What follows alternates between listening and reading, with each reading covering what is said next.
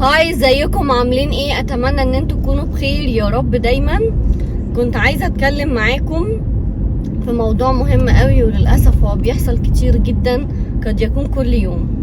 بلاقي اسئله كتير قوي، ناس بعد الشر يعني ربنا يحافظ علينا كلنا، بيعملوا حوادث، حد بيخبطهم يا الا هما بيخبطوا حد، وبيبقوا منزلين بوست في اي جروب او بيبعتولي اسئله حصل 1 2 3 نعمل ايه، وتلاقي كل حد بقى رد باجابه مختلفه عن التاني خالص. اللي يقوله كلم شركه الانشورنس، اللي يقوله لا انت محتاج محامي، اللي يقوله لا لازم تروح لشركه الانشورنس بتاعتك انت، ما تروحش لشركه الانشورنس بتاعت الخصم. يعني اوقات كتيره قوي بلاقي غلطات فادحه قوي في الاجابات، وللاسف اللي بيبقى واقع في مشكله ده بيبقى محتار، مش عارف يعمل ايه. اوقات الناس بتبقى خايفه كمان. فدلوقتي انا عايزه اقول لكم تعملوا ايه، حاجه لذيذه وسهله جدا، وهتعرفكم الدنيا ماشيه ازاي ومضمونه، ومش هتكلفكم شيلن. اوكي؟ انسب حل اول ما تعملوا حادثه بعد الشر، يعني ربنا ما يوريها لحد فيكم، تتصلوا اول حاجه بالبوليس، تعملوا ريبورت بتاعكم، وتصوروا العربيه بتاعت الحد اللي خبطكم او اللي انتوا خبطتوه، ويصوروا مكان الاصابه بالظبط في العربيه لو فيه، علشان خاطر ايه؟ تبقوا عارفين الدنيا ماشيه ازاي. اوكي؟ خلاص، احنا اول حاجه عملناها صورنا واتصلنا بالبوليس، هيعمل ريبورت. روحنا البيت بقى نكلم شركه الانشورنس. اوعوا تتكلموا مع شركه الانشورنس. ليه؟ علشان خاطر شركات الانشورنس بتسجل المكالمات، وهم عارفين بيسالوكم اسئله ازاي، علشان خاطر بعد كده ما يبقاش ليكم اي حقوق.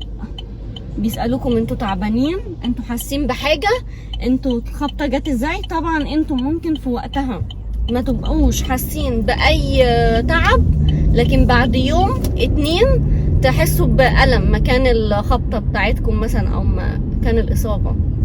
اوكي؟ فمن فضلكم ما تتكلموش مع اي شركات انشورنس. طب نتكلم ازاي مع مين، ونعمل ايه، وناخد حقوقنا ازاي، ونتواصل ازاي مع شركات الانشورنس عشان نتفاوض معاهم؟ يبقى هنعمل حاجة واحدة بس، وتكون في اسرع وقت، وهي اني تتصلوا بمحامي استشارة مجانية، يعني مش هتغرموا فيها اي حاجة. هتقولوا له انا حصل معايا 1 2 3 وانا عملت كذا، والخصم عمل كذا، والبوليس قال كذا، وشركة الانشورنس، والحكاية تحكوا له الكيس بالتفاصيل. هو المحامي هيقول لكم اذا كان فعلا ليكم حق ولا لا، ولو ليكم حق هيقدر هو يجيبه لكم. فيبقى انتوا ما تتواصلوش مع شركة الانشورنس، هو وقتها هيتواصل. وفي مكاتب كتير قوي وكلهم كويسين وكلهم احسن من بعض، وان انا اتصل اعرف مصيري ايه من غير ما انا ادفع حاجة او اغرم حاجة، ومن مصدرها الصح، ده حاجة هتبقى افيد لكم. بجد بليز اعملوا كده، دي نصيحة، علشان خاطر انا بلاقي ناس كتيرة قوي يعني متوقعة في ورطات، وبيتكلموا مع شركات الانشورنس وبيدبسوا نفسهم بمعنى الكلمة، ويضيعوا حقوقهم. فليه تعملوا كده؟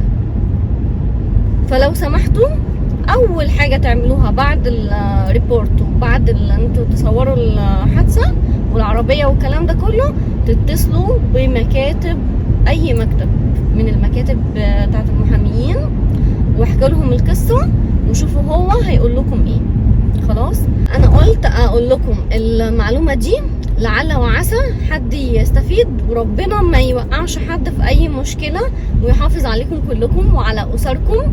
ولو انتوا اول مرة بتشوفوني ما تنسوش تعملوا سبسكرايب وتفعلوا الجرس على الكل عشان يوصلكم كل فيديو جديد انا بنزله. ما تنسوش تعملوا لايك عشان تدعموا المحتوى بتاعي. ودلوقتي اقول لكم باي باي، وانتظروني في فيديوهات تانية كتير اتمنى ان هي تعجبكم.